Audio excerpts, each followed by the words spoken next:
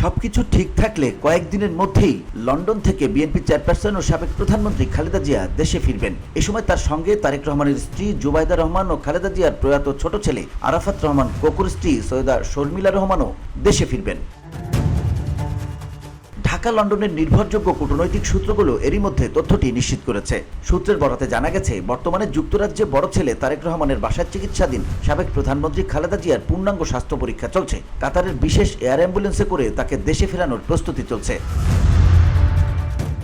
আগামী বুধবারের মধ্যে দেশে ফিরবেন খালেদা জিয়া। শাশুড়ির সঙ্গে দুই পুত্রবধূ জুবাইদা রহমান এবং সৈয়দা শর্মিলা রহমানও দেশে ফিরছেন। ঢাকার একটি কূটনৈতিক সূত্র বলছে, খালেদা জিয়াকে লন্ডন থেকে দেশে ফেরাতে কাতারের বিশেষ এয়ার অ্যাম্বুলেন্সের আয়োজন করতে গত সপ্তাহে বিএনপি মহাসচিব মির্জা ফখরুল ইসলাম আলমগীর অন্তর্বর্তী সরকারের পররাষ্ট্র উপদেষ্টা মোহাম্মদ তৌহিদ হোসেনকে চিঠি লিখেছেন।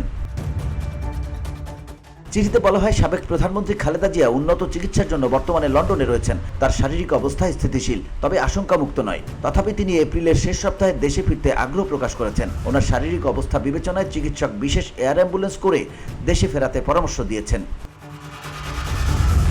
সংশ্লিষ্টরা জানিয়েছেন, বিএনপির মহাসচিবের চিঠির প্রেক্ষিতে সরকার লন্ডন ও দোহার বাংলাদেশ হাইকমিশনের মাধ্যমে সাবেক প্রধানমন্ত্রীকে দেশে ফেরাতে প্রস্তুতি নিচ্ছেন। সবকিছু ঠিক থাকলে খালেদা জিয়া আগামী বুধবারের মধ্যে দেশে ফেরার কথা রয়েছে।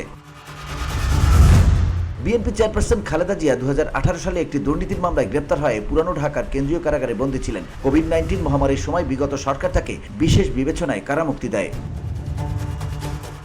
VOD Bangla news desk.